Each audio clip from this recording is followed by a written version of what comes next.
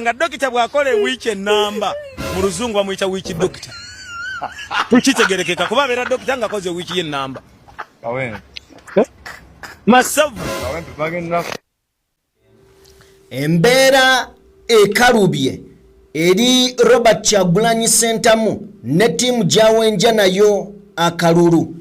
Ampuliriza n'obudde buno wenkoledde emboozi eno nga bakyasibiddwa mu kkubo ab'ebyokwerinda babakiise emmotoka. Abatwetoolodde bakutte emmundu, ebiso, balina pepper spray, balina amakomera ge batambula nago, tetumanyi ki kiddako.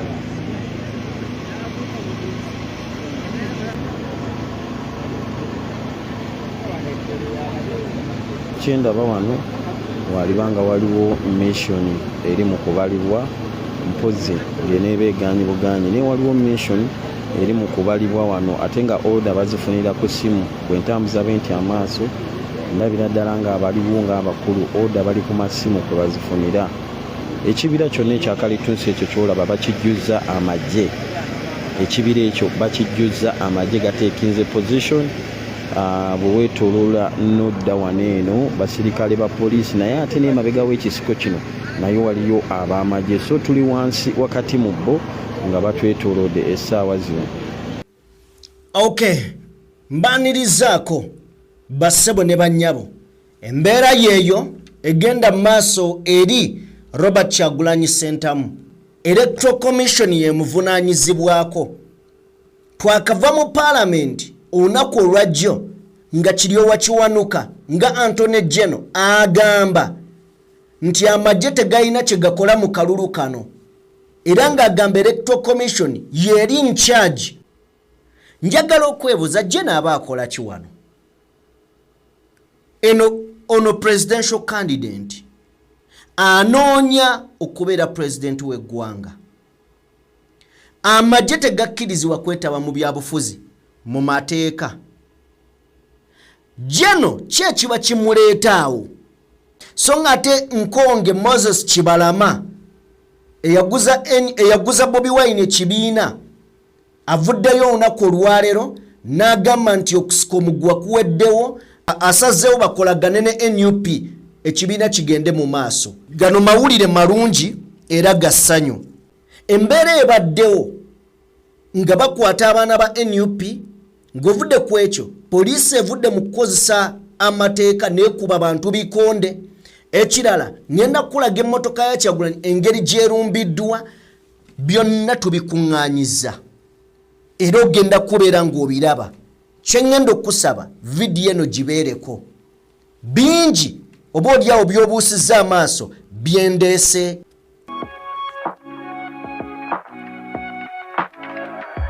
DPTV Uganda, Dawn People Television. Buterevu mbanirizaako bassebo ne bannyabo buli omu gy'osinziira okubeera ng'otugoberera abali mu bitundu by'ensi eby'enjawulo. Mwebale nnyo, mwebalire ddala okubeera nga mutwegasseeko. Vidiyo sooka ogimpeere like, yakatwegattako genda maaso n'okubeera ng'osubscribinga ensonga ebeerere ddala masavu. Njagala kutandika n'ebigambo ebya Robert Kyagulanyi Ssentamu byakozesezza mu kaseera ak'okutya. Musajja wattu yeebuuza oba ali mu kalulu oba bali mu lutalo.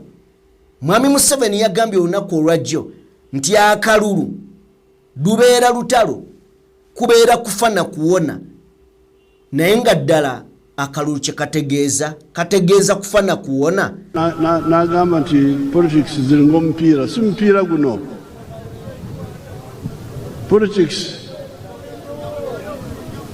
kufa na kuona. Bagaddewo ekkubo nga bw'olaba ate tebakomyeko bali mu kutwetooloola. Bwe muba mutunudde ne kamerasi mujja kulaba nga abasirikale batandise okutwetooloola. Tetumanyi ki kye bapulaninga tukola naye kiri important ne tubategeeza abassebo ne bannyabo ne mumanya ekigenda mu maaso. Ekintu kyonna kyonna ekitukutukako mumanyi bulungi nnyo. Akulembera amagye mutabani wa Museveni Muhoozi abadde atusuubiza otukolako obulabe. Akulira poliisi Misa Byakagaba abadde atusuubiza otukolako obulabe. Mr. Byabaka Makulya akakiiko k'ebyokulonda asirise ng'obumenyi bw'amateeka bukolebwa. I thought it's important to communicate to the world where we are and what we are facing. We are held in the middle of nowhere by the police and the military, and they are taking position as you can see them. I thought it's important to communicate this to the world. Whatever happens to us, you know exactly who is responsible. You know that the man called Nkole, the head of police in the whole of Teso, is heading this operation with the other police officers and military officers. Now the world is informed. Now we know the world is following. So you police officers and military officers, you are accountable whatever happens to us, because we are innocent citizens. We are exercising our democratic right. We are supposed to campaign. Today we were meant to campaign in Amuria and in Katakwi and in Kapelapiong. You blocked us from campaigning in Amuria, we did not campaign. You blocked us from campaigning in Katakwi, we did not campaign. Now from Kapelapiong, and you are blocking the road without any legal or moral reason whatsoever.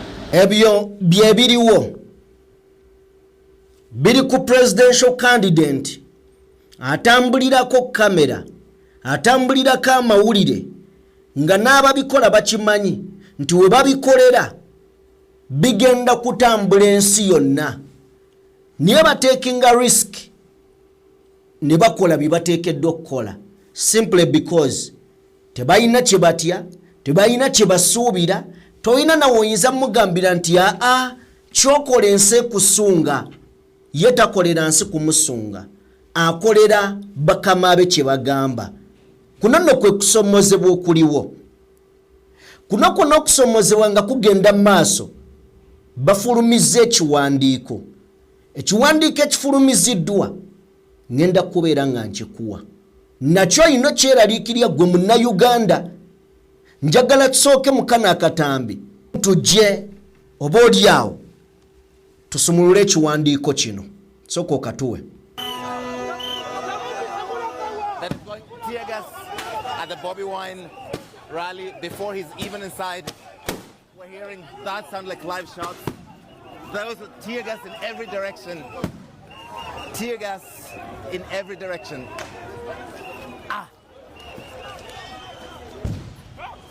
It's really become a chaotic scene, and this happens at every Bobby Wine.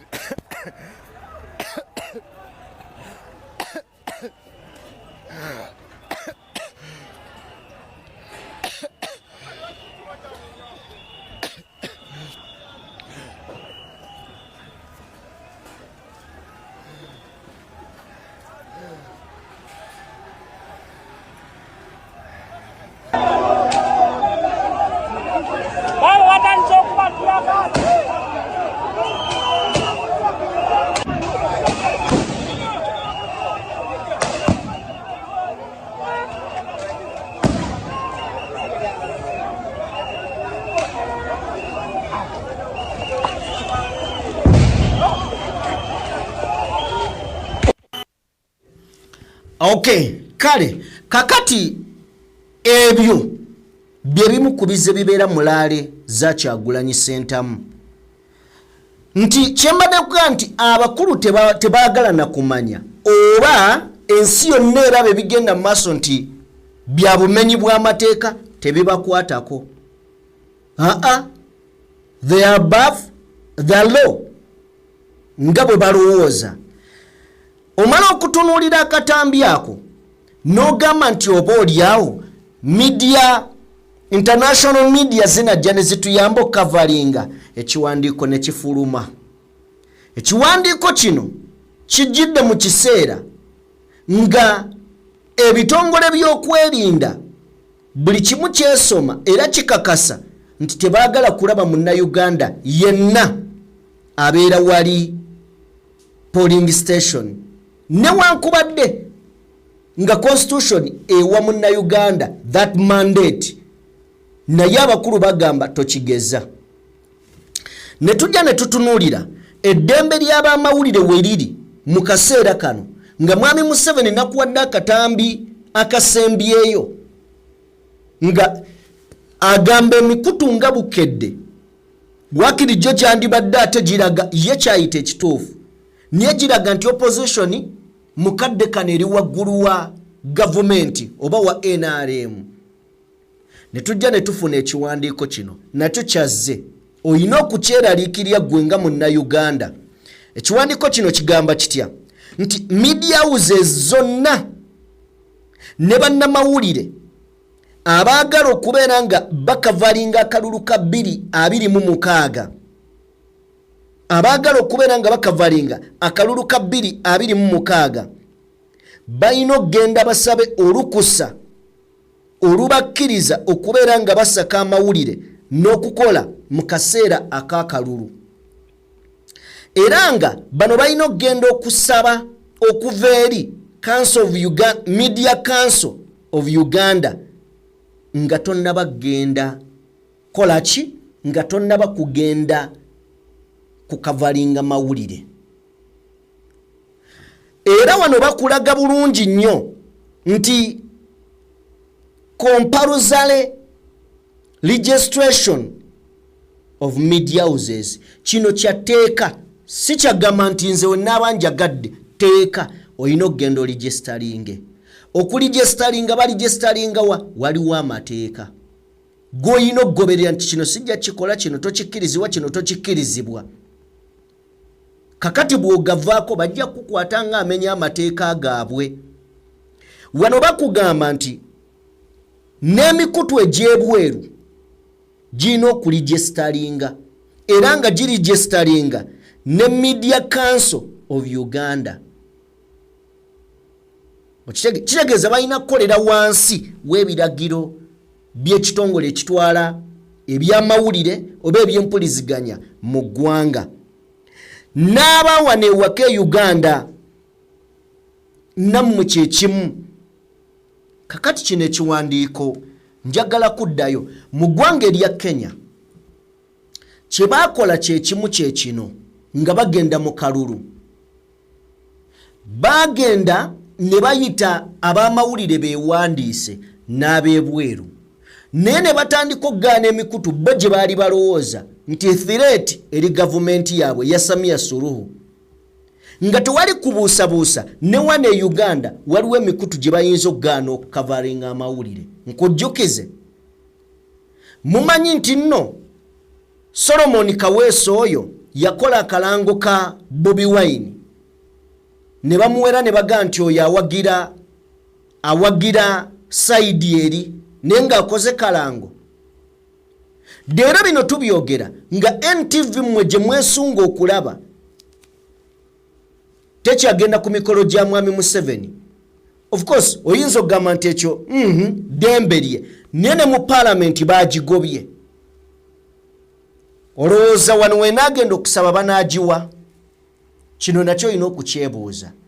Bwe naagenda okusaba banaagiwa? Ne bino byonna bikolebwa nga njagala leero ojjukire nti internet egenda kuba teriiko. Baatukakasa nti ejja kuvaako.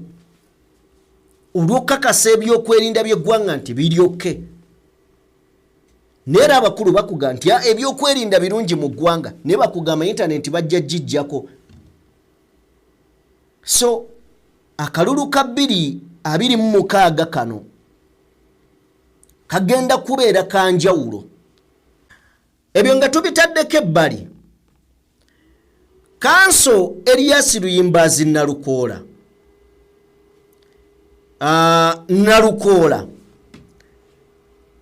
personal assistant we awambiddwa. Ojja mutuwaako ku screen. Njagala kusooka kubeera nga nkuwa information ekwata ku personal assistant wa Kanso Erias Luyimbazi Nalukoola. Ye Bitum Hussein era nga kigambibwa awambiddwa okuva ettula omwami oyo gw'olengeraawo yabuziddwawo. Drone ngeri mu kala ya white era emusanze Nammeere Kawempe bw'atyo n'emulyawo okutuuka kati tannamanyibwa kifo kituufu wa gy'atwaliddwa.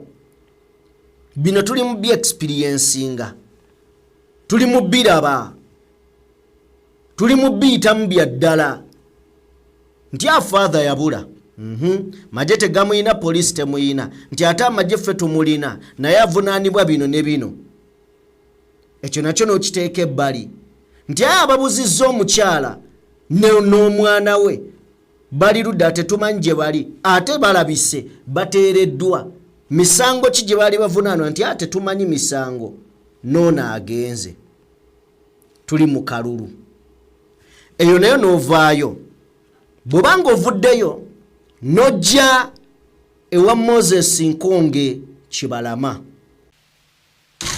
Okumala akaseera wabadde obutakkaanya wakati w'abakulembeze abaliko kati mu kibiina ki NUP n'abatandisi b'ekibiina kino nga bakulembeddwamu yali pulezidenti waakyo John Bosco Kibalama ne yali ateekerateekera ekibiina kino Simbwa Kagombe. Ababiri bano bawalirizibwa n'okugenda mu kkooti nga bawakanya obukulembeze obuliko n'engeri gye bwalondebwamu. Ensonga zino kkooti yaziwulira era gye byaggwera ng'omusango gugobeddwa. He told me we had to have a meeting. Oluvannyuma Kibalama yategeeza nti waliwo abanene mu gavumenti abaali bamutadde ku nninga lwaki yakkiriza Kyagulanyi okutwala ekibiina kino era n'ategeeza nti yali akomyewo basobole okukuza ekibiina.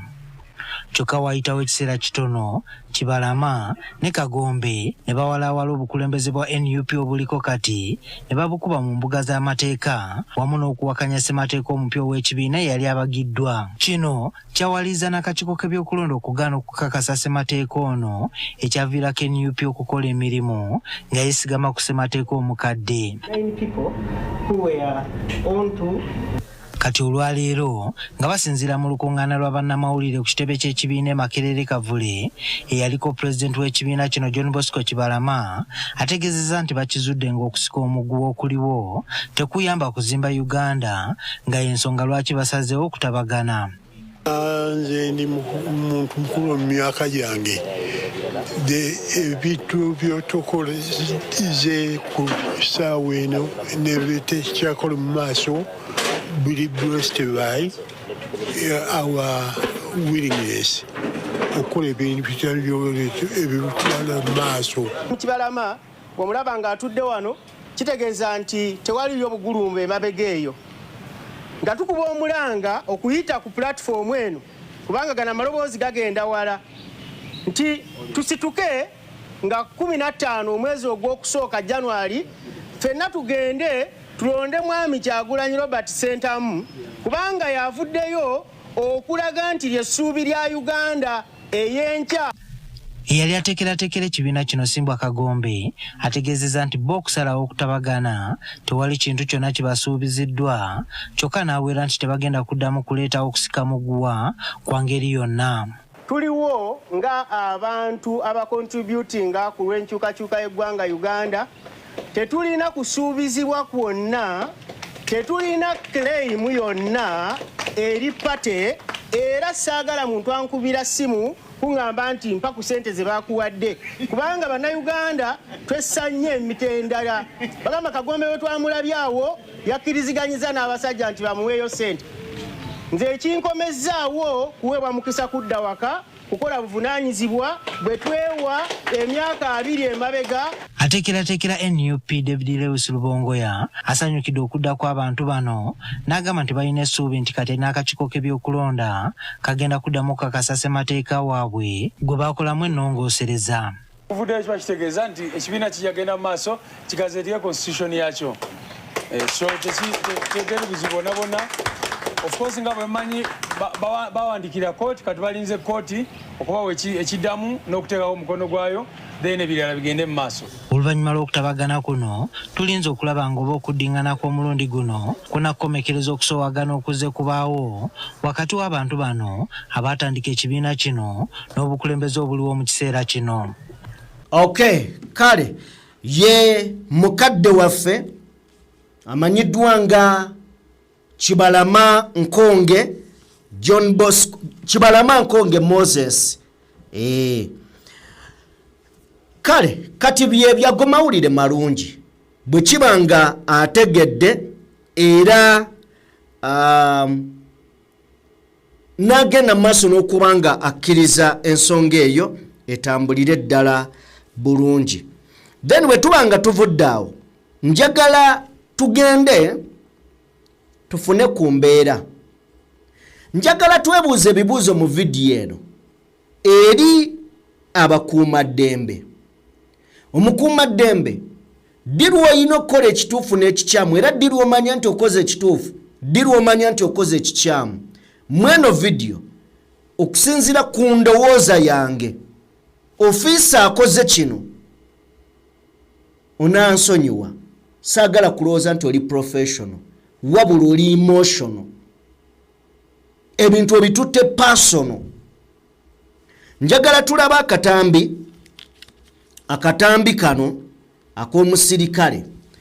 Ofiisa oyo ndeese obutambi bulinga busatu obwa ofiisa oyo, ng'ekigendererwa si kumuprofilinga, simumanyi nnyo, naye ekigendererwa kwe kulaba enkola gy'akozeemu omulimu gwe olwaleero n'enneeyisa gye yeeyisizza, oba ddala omusirikale omutuufu. Kino ky'olina okukola. Njagala otuwe akatambi kano.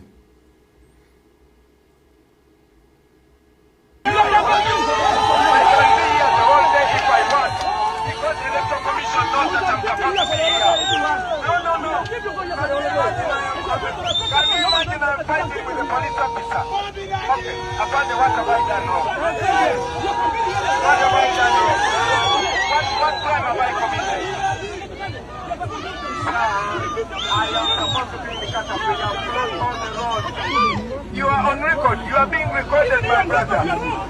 You are being. If I am wrong, you're a police officer. You are unable to follow the law. Why am I not under arrest? Because you know it is impunity.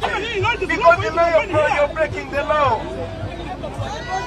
You see, but I understand. Me, I don't hate you. I am not angry. I know because you don't believe what you're saying.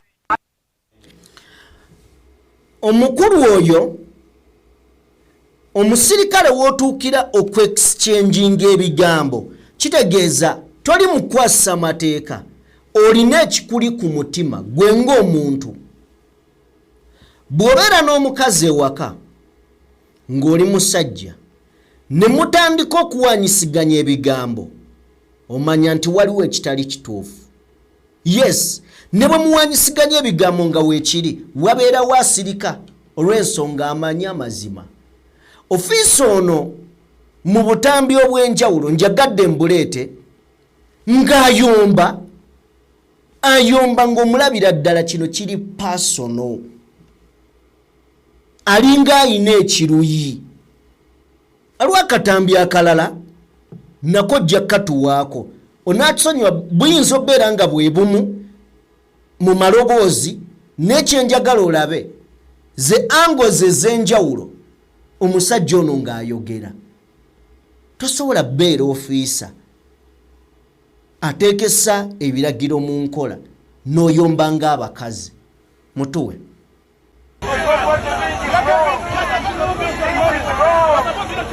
My brother, you are doing the wrong thing. You are doing the wrong thing. This is wrong that you're doing. You have no power to limit my time here. I can talk to the people of Katapi the whole day if I want.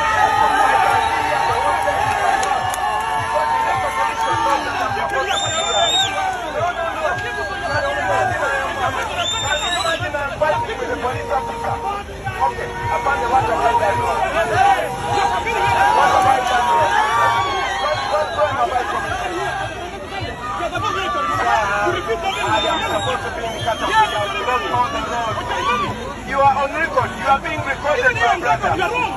You are being. If I am wrong, you're a police officer. You are unable to follow the law. Why am I not under arrest? Because you know it is impunity. Because you know you're breaking the law. You see, but I understand. Me, I don't hate you. I am not angry. I know because you don't believe what you're saying. You are on legal orders. This is order from above.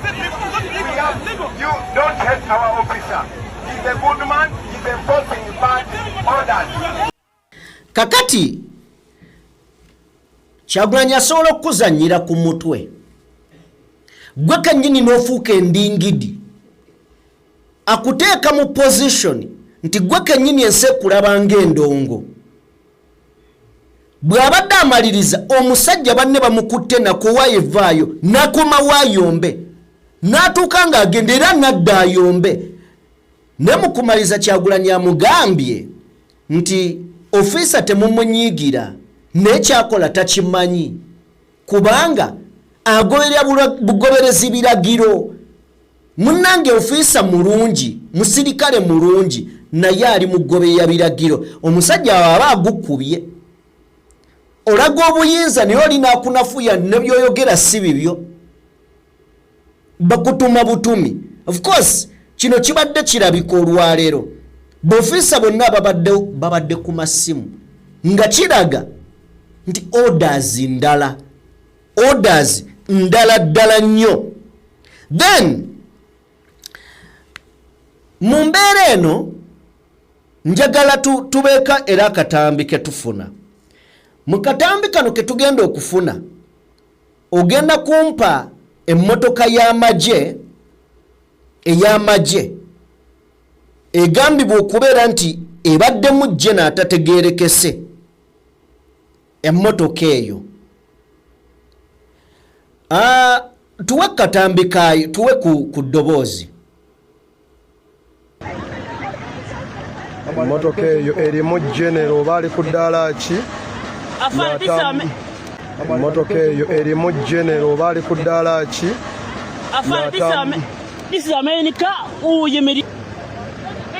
Bwe kibanga ddala kituufu kiri owa Kiwanuka kyeyayogedde nti amagye tegali mu kalulu kano. Njagala okwebuuza gye n'aba akola ki wano? Ono presidential candidate anoonya okubeera president w'eggwanga. Amagye tegakkirizibwa kwetaba mu byabufuzi mu mateeka. Jeno ki ekiba kimuleeta awo? Kitegeeza nti bino ebintu amagye gateekinga dda over electoral commission. Ekyo kyokka eyo emmotoka okulabikako awo kabonero akalaga nti electoral commission teyina makulu. Mukadde kano.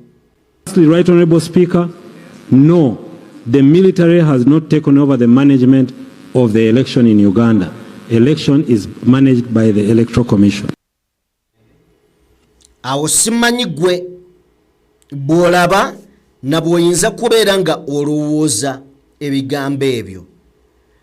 Kakati ne kino nakyo njagala tukitegeere nti buli department yonna yatwalibwa. Buli department yatwalibwa. Mumanyi nti nno abamawulire nga kino ekiwandiiko kyenkuwaddeko kyetuvuddeko emabega nga tekinnaba fuluma emabega Jeno Muhoozi yalagirako abamawulire beewandiise. Mubijjukira kakati byampaka. Omuduumizi w'eggye ly'eggwanga Jeno Muhoozi Kainerugaba alagidde abakulira emikutu gy'amawulire batwalibwe ekyankwanzi babangulwe embwangu era ng'enteekateeka eno ya buwaze. Jeno Muhoozi agamba nti okubangula kuno okugendereddemu okubayigiriza obuvunaanyizibwa bwabwe eri eggwanga n'okubasomesa ku kabi akali mu kulaga amawulire agasiga obukyayi mu bantu. Obubaka buno omuduumizi w'eggye lya UPDF abutiise minisita w'abavubuka n'abaana Balamu Baruhagara mu nsisinkano eteekeddwa Jeno Muhoozi ng'egendereddemu abakulira emikutu gy'amawulire okwogezeganya n'akakiiko k'ebyempuliziganya mu ggwanga aka UCC ku ngeri amawulire agasiga obukyayi Jigasusse okulagibwa ku TV ne radio. Kyankwanzi tekiriko kuteesa. Buli nyini radio, buli nyini TV, buli walupapula lw'amawulire tulina okugenda mu cadreship training. Balina okugenda tikikyakuteesa. Balina okugenda mu training babanye obuvunaanyizibwa bwabwe nga bannayuganda n'okumanya omunnayuganda omulungi abeera atya. Minisita Balamu agamba nti abakulira emikutu gy'amawulire bakimanye nti okugenda ekyankwanzi tekitegeeza nti banaaba bakyusiddwa okudda mu kibiina ky'NRM. Okugenda ekyankwanzi tetubatwala kyankwanzi kufuka bamemba oba bawagizi ba NRM. bagenda kyankwanzi kumanya obuvunaanyizibwa bw'omukulembeze. So eyo ye guidance ya CDF. Okay, kati byebyo bino byebiri zino zonna zaali preparation ez'akalulu kano. Kwali kwetegekera kalulu kano. Ekyo nakyo n'okimanya, omala okimanya n'ovaayo n'ojja n'otuuka ku biriwo. Baziba omumwa nga ye fourth arm eya gavumenti ey'amawulire nayo neeyagala etwalibwe mu nkwawa ng'abalala bonna, naye nga mu bizibibwa ebikyamu bigenda mu maaso. Njagala olaba olwaleero omu ku bakuumi ba Kyagulanyi enkuba gyakubiddwamu, enkuba gye bamukubyemu. Bino bye bataagala mbu bakuuma ekifaananyi ky'eggwanga naye ng'ate balumya bannansi. Tebaagala bamawulire balipootinge bino naye ng'ate bo balumya bannansi. Kati munnamawulire alage ki? Alage nti oyo aseka, alage nti ali bulungi. Njagala tuwe katambe k'oyo omwana wakati mu kibooko ezimutuusiddwako wabadde akola emirimu gogokuuma mukama we ya bwatyo muganda wange eryo bbwa esaati eyulise byolengera bbwa Tomu erimutuusiddwako. Kwegamba olina okujja ng'okimanyi era ng'oli mu malirivu naye bbe akutuusiddwako obuvune obwo akyagenda mu maaso n'okukola emirimu gya mukama we, akyagenda mu maaso n'okuuma mukama we. Ono ne Tomu y'omu ku security guard ba president omusirifu ennyo, atayomba, atalwana, atalina gwayinza kuba, atasobola kasuka jjinja, y'omu kuba security abakyasinze empisa. N'osobola okwebuuza ekireetedde omusirikale okumutuusa ku buvune obwenkanidde wano webuti nekikulema okutegeera, nekikulema ebyaddala okutegeera okufuna mu Tomu ekigambo. Naffe abakola naye okufuna ekigambo mu Tomu kibeera kizibu nnyo nnyo nnyo, naye bw'atyo bw'atuusiddwako obuvune. Okay, yoyo musajja wattu talina tabbo ne bamukubye waya ne muyuze essaati n'ennyama munda. Bino bye byabaddewo erubaga, abantu bakubiddwa. Olunaku olw'eggulo Bobi Wine we yabadde anoonya akalulu, ebitundu ebimu teyabigenzeemu. Naye n'olwaleero abadde alina okuba kampeyini mu bitundu bisatu. Kimu kyakubyemu kampeyini, ebibiri babimulemesezza. Kati ekiruubirirwa kya okunoonya akalulu kyeki? Lwaki tekaggyibwawo lumu ne tumanya nti tekaliiwo? Robert Kyagulanyi bw'abadde asimbula mu disitulikiti y'Ekkuumi okwolekera Kapera Byong, Amulya ne Katakwi asoose kufalaasira batambula nabo okugenda mu maaso nga bwe bazze bakola nga bakuuma empisa. And always challenging those people that want to brutalize us. We are the pure citizens, we are the real citizens, and we are the next generation. So please carry on the discipline as we know we behave. Thank you very much, and then moving time. Asimbudde Ekkuumi nga ziruubirira okuwera omukaaga ogw'omu ttuntu. Ekibuga Kkuumi akiiseemu ng'awubira ku bawagizi n'akwata eridde Soroti. Ebidduka bye bibadde bibiiramu olw'omugotteko ng'ebaayo abajaganya.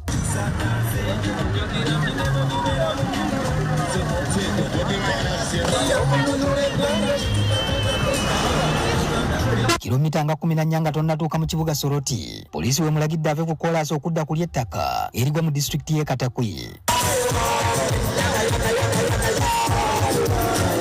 Ku kkubo lino agenza ayogerako n'abawagizi. 40 years is too much. Enough is enough. Okay. Jukira eno ye disitulikiti evaamu omumyuka w'omukulembeze w'eggwanga omukyala Jessica Alupo. After 40 years, look at the houses people are staying in. After 40 years, I will not ask about your hospitals and health centers, you know. I will not talk about the schools where your children go, you know. After 40 years, while Kenya and Tanzania are having a standard gauge railway, look at what is happening to our railway. Kyagulanyi n'ab'e Katakwi alaze nti mu mbeera yonna ayagala nkyukakyuka. Eno abadde akimanyi nti talinayo yeesimbyewo kuba MP okukiikirira NUP. N'awanda eddusu ku muna FDC Ekudo Tom Julius owa Gweri County. Here we had a brother who sold his spirit to the devil. And I want to ask you to support our brother Ekudo here.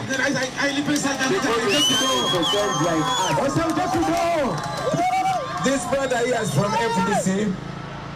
But at least he professes and stands with the people of Uganda. One people! Kino akikoze gwakubiri nga neeyibanda yawanda kuwa PFF.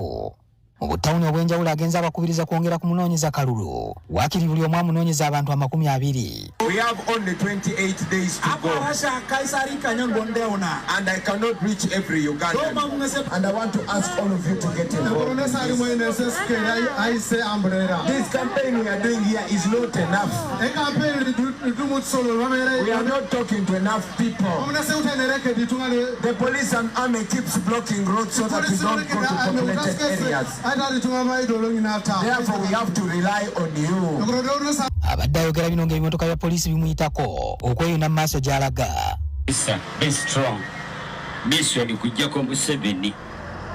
Okitegedde? Mission yeeyo teri mission ndala. You've seen police officers and military soldiers moving past here. Their duty is to intimidate citizens. But I am telling you, in a new Uganda, that money is going to go to your medical workers, your doctors, your nurses, and your teachers. Mu tawuni kansi endala z'atalaaze kubaddeko ey'ettoloma. Ensisi n'okutya byeyolese mu batuuze bw'abadde akyayogera nabo. Balengedde bulengezi basirikale nga batandulira ku bigere katono. Abantu ne babona emiwabo. Bakomyewo oluvannyuma nga balaba teri agamba. Kyokka nga n'abamu bagudde n'ebigwa eby'obwereere. Don't run.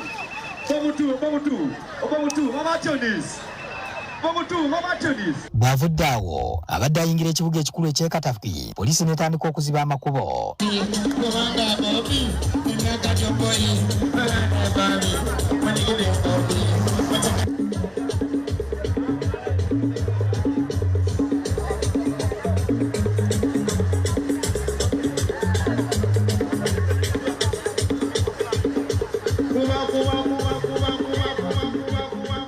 Atuuse n'agitebuka n'awaganya ebbali n'ayisaawo emmotoka ye. Naffe tugobye mugoba okumusanga.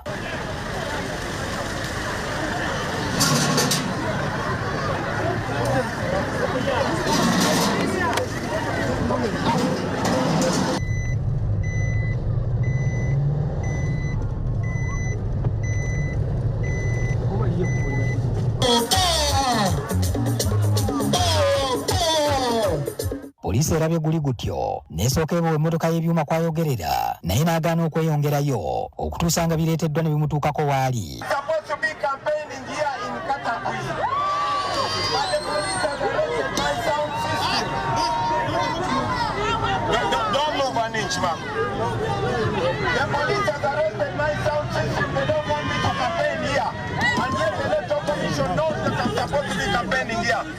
We are not living here until they give us our sound system. And I am not going away. Asigadde awanise bendera y'eggwanga ng'abawagizi bwe bawaga. Oluvannyuma emmotoka y'ebyuma kwayogerera abasirikale bagikulembedde n'etuuka. Kyokka ne bagigaana okuyimirira w'abadde enkalu ne ziddamu buto.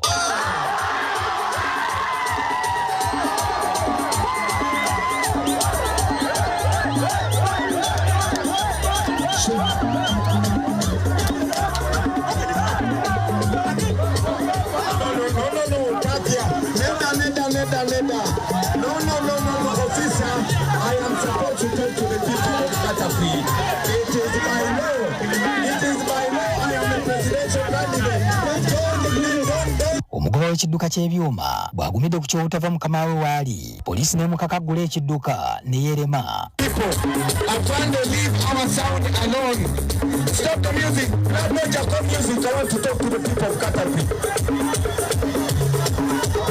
Now imagine, look at what the police is doing. Look at the police. Why are you pepper spraying our car? Why are you doing all that? proceeding in a criminal manner. Sembera waline motoka mapema. See what the police is doing. Sembera ya pala wali. Sembera. Now to all of you, the people of Uganda, and to the international community. Oluvanyuma omugoba afunye bwadduka mu mmotoka eno omupoliisi n'amulumba okugimuzaamu ng'amaze okumunamirira mu Kamulali. Katakwi. I am supposed to talk to the people of Katakwi. Apparently what you're doing is wrong. Apparently you are beating innocent people. You are beating my innocent driver. What you're doing is illegal. What you're doing is wrong. I am a presidential candidate. The people of Katakwi. Now you see. Now you know why we want to change this. Mu mmotoka abadde tasobola kubandaalamu olw'okusonsomola Kamulali n'alubandula n'ayotta.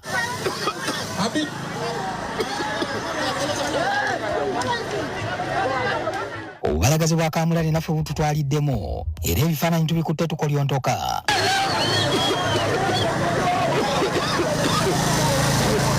Awo wennyini waliwo n'omuvubuka atimpuddwa abatuuze lwa kwetumiikiriza okukola egya poliisi ng'ate ali muleeya.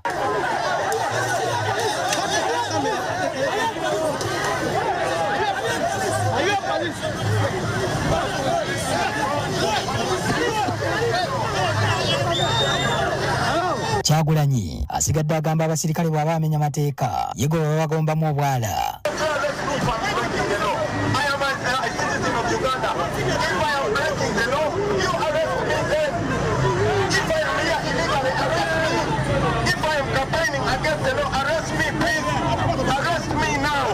Arrest me now.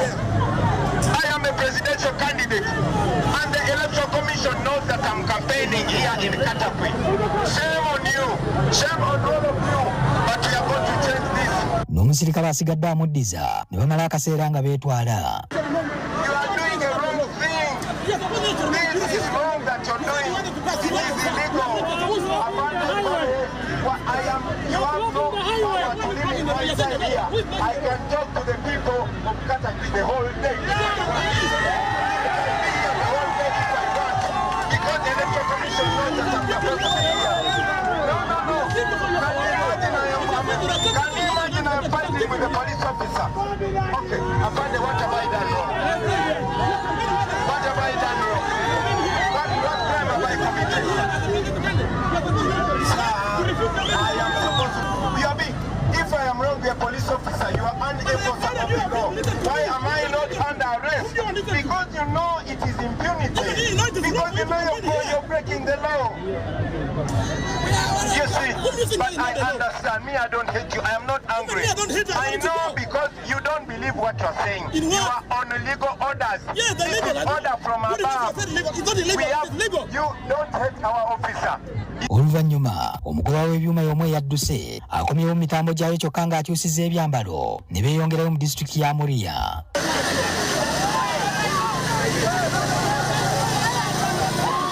Eno bamwaniriza n'amazina ga kinnansi ge basazeewo okwolesa nga bakutte bendera y'eggwanga. Ayogere n'abantu bamulize tuttumu. So much happiness. Kyokka poliisi ne wano ebadde ezibye ekkubo obutamuganya kutuuka mu tawuni enkulu eya Muriya. Eno tayagadde kutwatwalikana. Thank you very much, brothers and sisters. We don't want to fight with these police people. We don't want to fight with these soldiers. We know that we are young and we are many, but we want to deny them a chance to unleash brutality on you. Akozesezza ekkubo eribaddewo ne yeeyongerayo ekapera byo gyatuuse nga zaakawera 11. Kyagulanyi babadde mu kisaawe wakubye olukuŋŋaana ekapera byong ategeezezza abaayo nti bwe baba bakubanja ente zaabwe ze bazibabanja balina kikola kati ng'okulonda tekunnaba kubaawo. Also, let me ask you, I know Museveni came and said he's going to give 5 cows to every house. You know Museveni is lying to you. And to prove that he's lying to you, tell him to give you those cows before the polling day. Ndabye omusirikale ng'agezaako kwata bodegaadi wa Kyagulanyi. Katonda wange olutalo lwennyini tuweeko. You are supposed to campaign in Katakwi. What you are doing is wrong. What you are doing is against the law, and you should be ashamed of yourself. The people of Katakwi now know the truth. They know that this is injustice. Look at these politicians. Look at what the people are doing. Abasirikale basazeewo okuba bantu ngumi.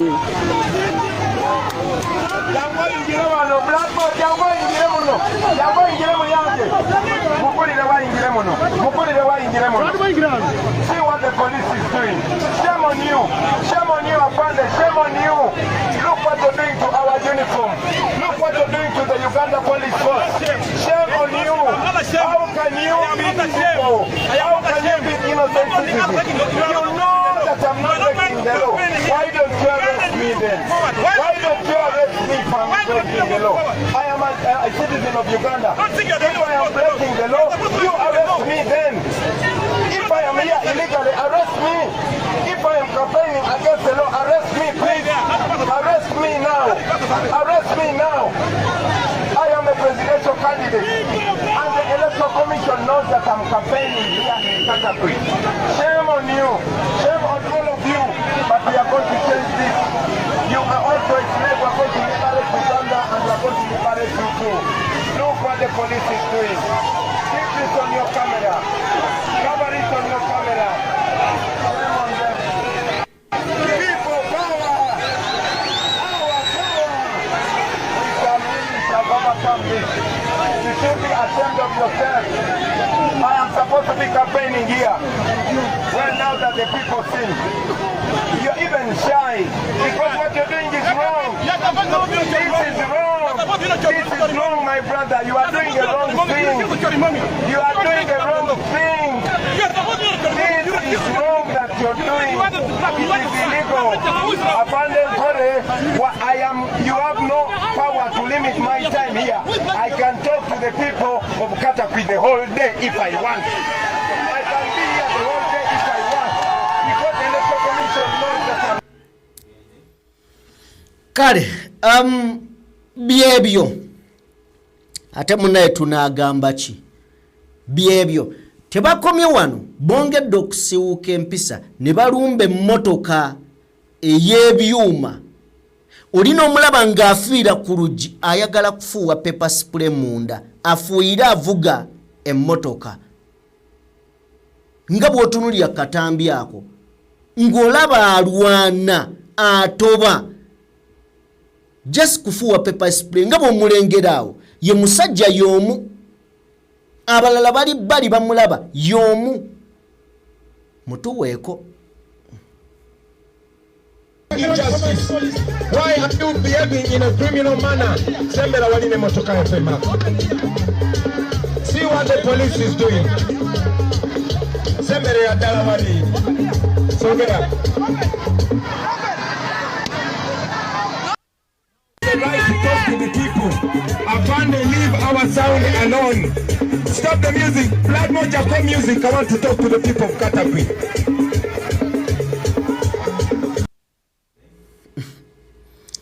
Yoyo ofisa kwegamba ye afuukidde ddala omulala mu lunaku olwaleero n'ennaku eziise niyo olwaleero azze ng'ayagala kulaga buyinza azze ng'ayagala kulaga maanyi okulaga nti ye akola era si wakuniina bingi ebibaddewo olwaleero tugenda kudda tukuzingire naye nga omusajja gwe bali mu kutulugunya musajja atuyakedde ku makya kubuulira abaana be n'abagamba nange tugende tukuume empisa tukole bwe newankubadde okuumya empisa omanye ebintu biringa bibiri byenjagala okugamba mukwano gwange bwe mufuna obutakkaanya n'omukyala eka najja ng'abadde asuubira ogenda kuyomba n'otayomba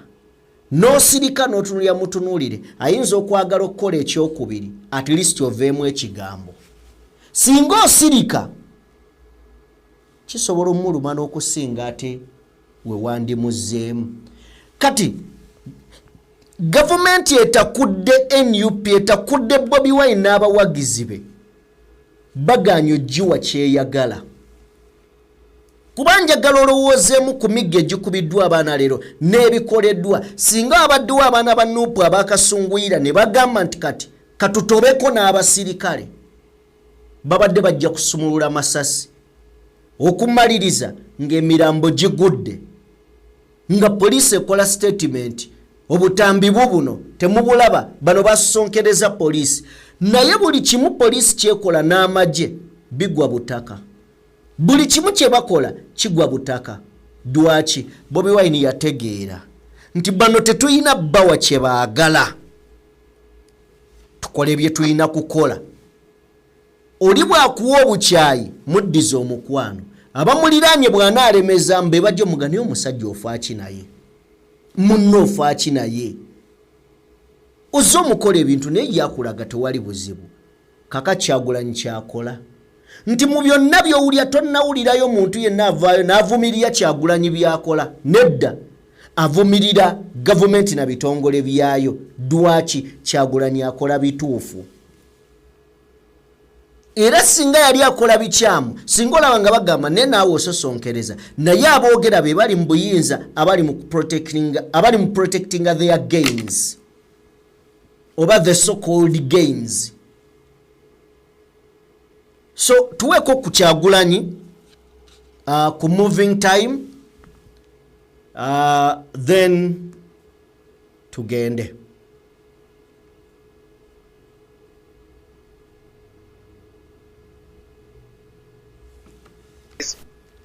And always do it every day. First of all, I want to continue thanking you for maintaining the discipline and always challenging those people that want to brutalize us.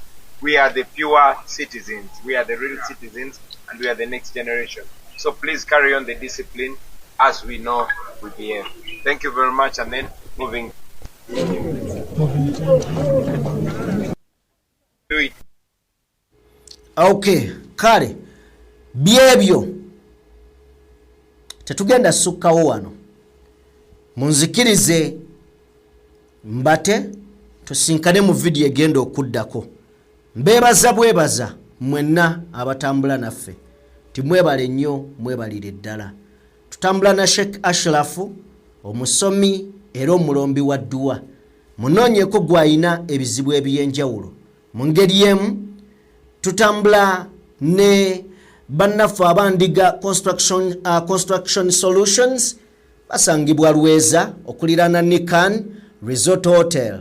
Banoonyeko ku namba y'essimu gy'olengera ku screen esembyayo 222 bebandiga construction solutions basobole okubeera nga bakuyamba. Tetugenda sukkako wano. Yenze Sajjime Morgan Kulens era yabadde ku mapeesa. Katonda abatukuumire.